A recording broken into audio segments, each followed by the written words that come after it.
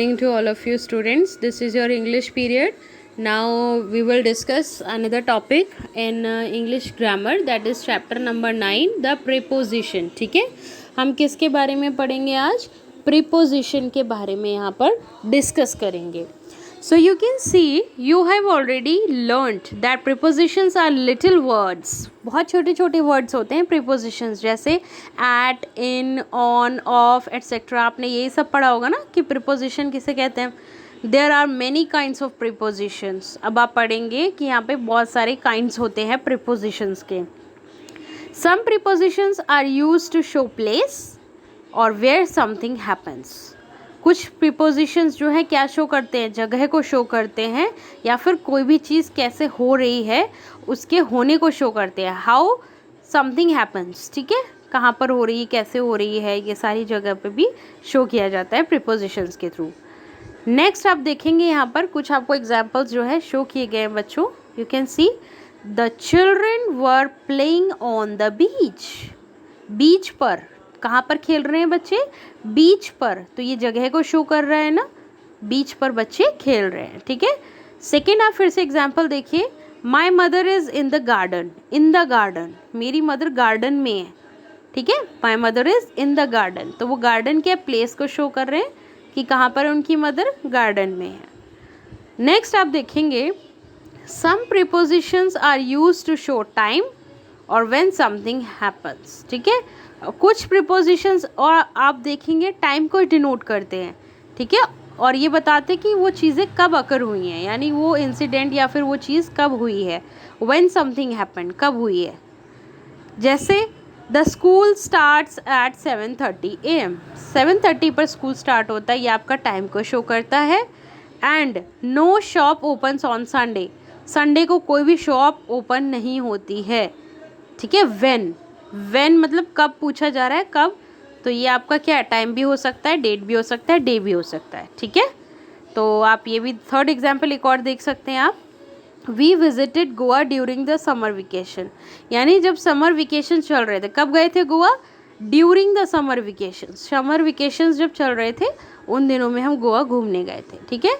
तो बताया है कि कब गए थे, व्हेन, जब समर वेकेशन चल रहे थे. तो ये दोनों क्वेश्चंस के आंसर्स आपको यहाँ मिल रहे हैं. अब थर्ड पार्ट हम देखते हैं. Some prepositions are used for special और अदर पर्पसेस. अब कुछ प्रीपोजिशंस जो है यूज्ड फॉर स्पेशल और अदर पर्पस के लिए भी यूज़ किए जाते हैं. For example, people have now started travelling by Delhi metro. अब लोग जो है दिल्ली मेट्रो से ट्रैवल करना स्टार्ट कर रहे हैं.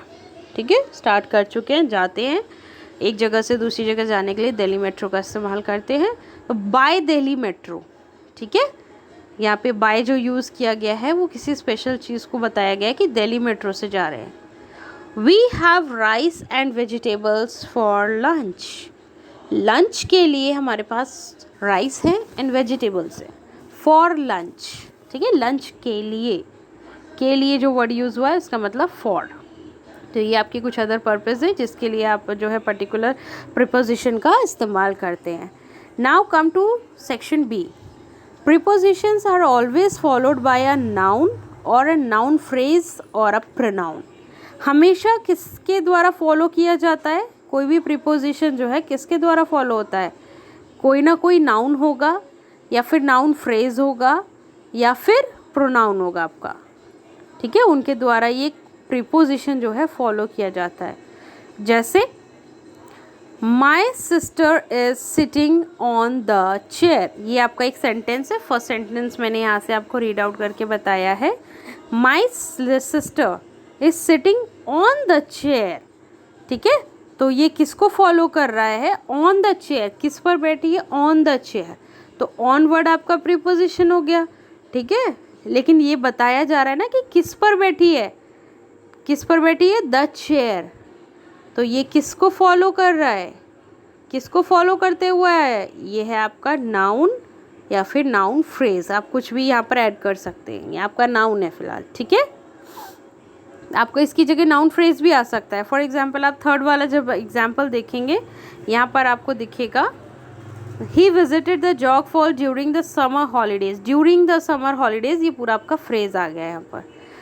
अगर आप बात करें second last, the bus left without him. Him जो यहाँ पर यूज़ हो रहा है ये आपका क्या है, एक प्रोनाउन है।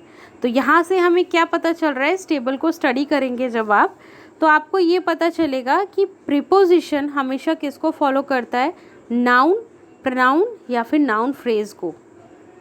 ठीक है, फ्रेज क्या होता है, जब वहाँ पर एक से ज़्यादा वर्ड्स आपको मिलेंगे नाउन के। ओके, ये आपका फ्रेज कहलाता है। अब इससे रिलेटेड आपको यहाँ पर कुछ और इन्फॉर्मेशंस भी दी गई हैं। Study the prepositions that you use to show. आपको जब शो करना है प्लेस को तो आप क्या यूज़ करेंगे, प्रीपोजिशंस। पोजीशन शो करनी है तो आप क्या यूज़ करेंगे, डायरेक्शंस के लिए आपको कौन से प्रीपोजिशंस यूज़ करने हैं, ये पूरी लिस्टिंग आपको यहाँ पर दी गई है। डी सेक्शन में जब आप आएंगे, some prepositions are made of a group of words. ये जो ग्रुप ऑफ वर्ड्स फ्रेज हम कहते हैं, फ्रेज का मतलब भी होता है ग्रुप ऑफ वर्ड्स। तो ये कुछ प्रीपोजिशंस आपके ग्रुप में भी यूज़ होते हैं, जैसे ahead of, in front of, as far as, ये सब क्या है, आपके फ्रेज में यूज़ होने वाले वर्ड है। ठीक है, तो इससे रिलेटेड बच्चों अब आपकी एक्सरसाइज यहाँ पर आती है, जिसमें आपको फिल करने हैं आंसर्स। ये मैं आपको सेंड कर दूँगी and you can easily do your work. Okay, and this is second exercise. You have to use I think group of words. Yes, आपको यहाँ पे ग्रुप ऑफ वर्ड्स यूज़ करने हैं। Yes, now H part. ठीक है, H section आपका आता है। ये आपका बच्चों यहाँ पर एक्सरसाइज कंप्लीट होगी। इस बॉक्स में से आपको जो है चूज़ करके लिखने हैं आंसर्स। एच पार्ट में क्या बताया गया है, learn how to use with, by, of, for, to, about, into, besides, from. ये सारे जो आपके प्रीपोजिशंस हैं, इन्हें कैसे यूज़ किया जाता है, इसे भी अब हम डिस्कस करते हैं। Okay, yes, now we will see. Yes, so we stop her from exercising too much. We stopped her from exercising too much. बहुत ज़्यादा एक्सरसाइज करने से पहले हमने, यानी वो बहुत ज़्यादा एक्सरसाइज कर रही थी तो हमने उसको एक्सरसाइज करने से रोक दिया।